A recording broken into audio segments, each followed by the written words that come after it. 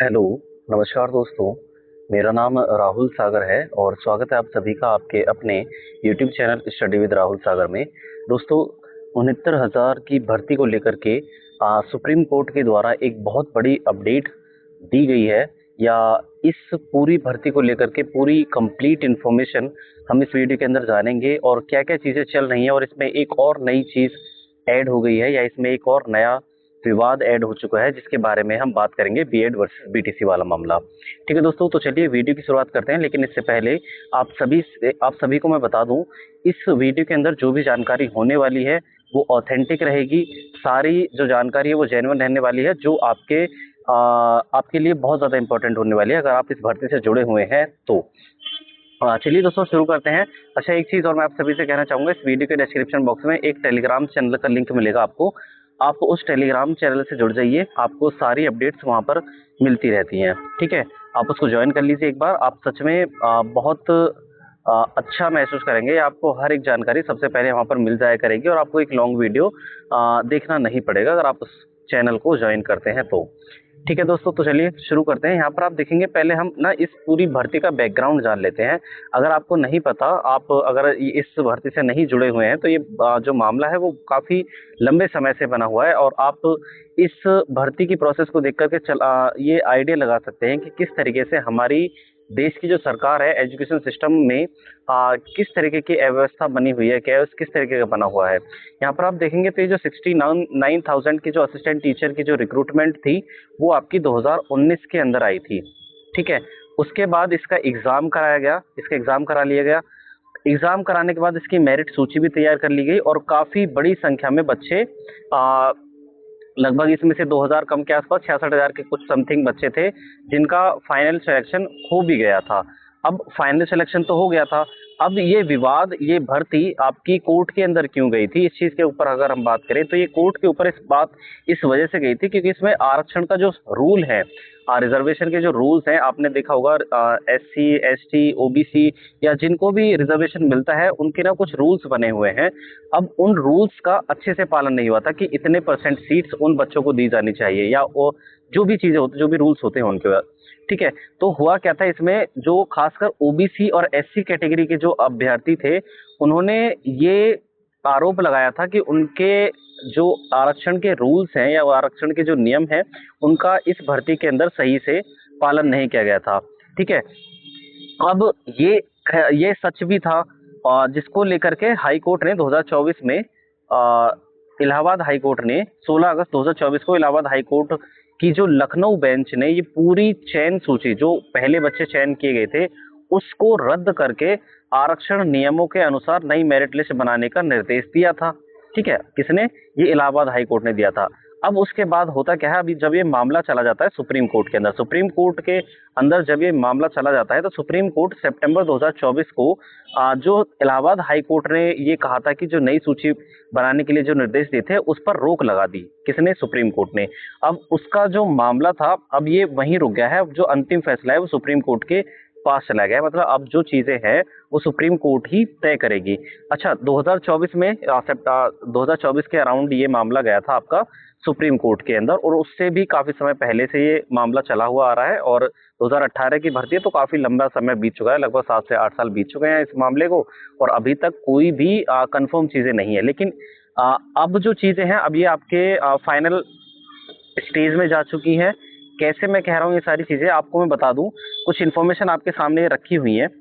जैसे सामने आप स्क्रीन पर ये जो न्यूज़पेपर की कटिंग देख पा रहे हैं, इसमें क्या है, अब जो सुप्रीम कोर्ट है आपका वो 3 दिन लगातार सुनवाई करने वाला है। सबसे पहले तो आप ये चीज सुनिए, 3 दिन लगातार सुनवाई करेगा। उसने कहा है, सुप्रीम कोर्ट ने कहा है कि अब इस मामले को ज्यादा लंबा नहीं खींच सकते ताकि अभ्यर्थी जो हैं उनके वो उनका जो भविष्य है वो अधर में ना जाए, ऐसा कहते हुए यहाँ पर आप देखेंगे तो अ, इस पूरी खबर को हम पढ़ लेते हैं। उत्तर प्रदेश के 69,000 से सहायक शिक्षक भर्ती में आरक्षण घोटाला मामले की सुनवाई के दौरान सुप्रीम कोर्ट ने मंगलवार को साफ साफ शब्दों में कहा है कि अभ्यर्थियों के भविष्य पर फैसला जल्द होना चाहिए, इसे लंबे समय तक नहीं लटका सकते। शीर्ष अदालत मामले की 8 सितंबर से लगातार 3 दिन सुनवाई करेगा। मैंने आपको बताया है कि सुप्रीम कोर्ट अब इस मामले को लेकर के लगातार 3 दिन सुनवाई करने वाला है और जो इससे जुड़े हुए सभी पक्ष हैं उनको अपनी दलीलें पेश करने का मौका दिया जाएगा इन्हीं 3 दिनों के अंदर, और ये 3 दिनों के अंदर आपका जो इस भर्ती से जुड़ा हुआ मामला है वो पूरा सॉर्ट आउट होने वाला है। ठीक है, 8 सितंबर से लेकर के और 8, 9, 10 सितंबर, यानी कि 8 सितंबर, 9 सितंबर और 10 सितंबर को ये 3 दिन आपकी सुप्रीम कोर्ट के अंदर इस मामले से जुड़ी हुई सुनवाई चलने वाली है। तो आने वाले समय के अंदर आपको इस भर्ती से जुड़ा हुआ अपडेट्स देखने के लिए मिल जाएंगे कि क्या फॉलो चीजें करने वाला है सुप्रीम कोर्ट, या क्या चीजें अब आगे होंगी, क्या नई मेरिट सूची तैयार होगी। अब इसी मामले की अगर हम जांच करें, हम देखें इस मामले को, तो पूरा अब इसमें ना एक और मामला या एक और विवाद अटक चुका है। वो विवाद क्या है? बीएड वर्सेस बीटीसी वाला मामला। ठीक है, ये 69,000 शिक्षक भर्ती में अब क्या है, ये बीएड वर्सेस बीटीसी का मामला भी अटक चुका है। अब ये है क्या, अब बीटीसी पक्ष का क्या कहना है और बीएड पक्ष का क्या कहना है। ये जो खबर है वो मैंने अपने टेलीग्राम चैनल पर पहले ही शेयर कर दिया। अगर आप नहीं जुड़े हैं उससे तो आप उससे जुड़ जाइए, क्योंकि सारी अपडेट्स हम आपको वहां पर देते रहते हैं। यहाँ पर इस भर्ती मामले में अगर आप देखेंगे तो अब एक और विवाद है, जो नया बीएड और बीटीसी वाला मामला है। अब ये दोनों भी पक्ष आमने सामने हो चुके हैं। कैसे विवाद का रीजन क्या है? सुप्रीम कोर्ट के 11 अगस्त 2023 के आदेश के बाद बीटीसी अभ्यर्थी बीएड वालों को भर्ती से बाहर करने की मांग कर रहे हैं।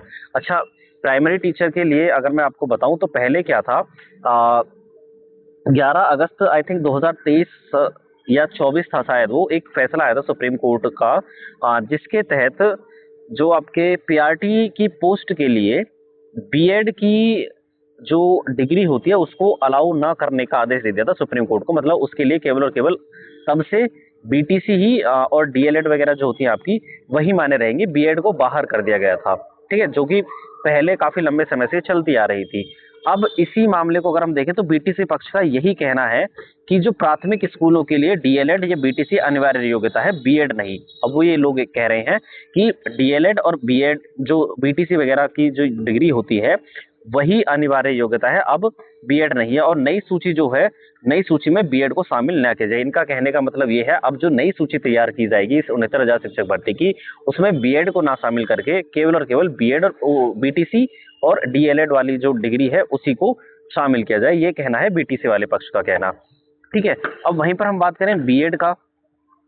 बीएड का पक्ष क्या कह रहा है? बीएड वाले पक्ष के जो लोग हैं वो कह रहे हैं कि अभ्यर्थी की दलील है कि उनकी नियुक्ति पुरानी प्रक्रिया के तहत ही होनी चाहिए थी, लेकिन गलत आरक्षण सूची के कारण उनका चयन अटक गया था।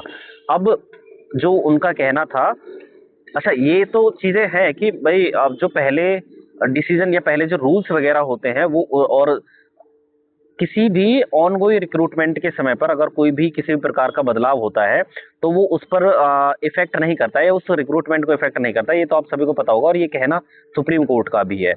ठीक है, तो बीएड पक्ष ये कह रहे हैं कि उनकी जो उनकी जो नियुक्ति थी या उनका जो स्टाफिंग था वो पुरानी प्रक्रिया के तहत होनी थी, लेकिन उनकी जो गलत सूची के कारण उनका जो चयन है वो अलग अटक गया है। ये कहना आपके बीएड के पक्ष का है। ठीक है, अब आपको ये सारी चीजें जितनी भी फिलहाल में चल रही हैं सुप्रीम कोर्ट के अंदर है, 8, 9, 10 सितंबर इस दिन का वेट कर लीजिए। जितने भी 69,000 शिक्षक भर्ती से जुड़े हुए हैं टीचर्स हैं या जो भी कैंडिडेट्स हैं जो अभी उसका वेट कर रहे हैं, तो आपका 8, 9 और 10 सितंबर आपकी ये बहुत इंपॉर्टेंट डेट होने वाली है। इन्हीं में आपका फैसला आ जाएगा। ठीक है दोस्तों, तो ये अगर इसको लेकर के कुछ भी अपडेट आती है ऑफिशियली या अनऑफिशियली, तो ये सारी जानकारियां हम आपको अपने टेलीग्राम चैनल पर शेयर कर देंगे। आप अगर उससे अभी तक नहीं जुड़े हुए हैं तो आप उससे जुड़ जाइए। उसका जो लिंक रहेगा वो आपको इस वीडियो के डिस्क्रिप्शन बॉक्स में मिल जाएगा। तो चलिए दोस्तों, बस आज के लिए इतना ही। यही जानकारी या यही इन्फॉर्मेशन आपके साथ हमें शेयर करनी थी। बाकी का अगर कुछ भी इन्फॉर्मेशन आगे आने वाले भविष्य में हमें मिलती है तो आपको उन सभी जानकारी के साथ सूचित कराया जाएगा, जो भी ऑथेंटिक रहेंगी, जो भी जेन्युइन रहेगी। ठीक है दोस्तों, तो चलिए, थैंक्स फॉर वॉचिंग।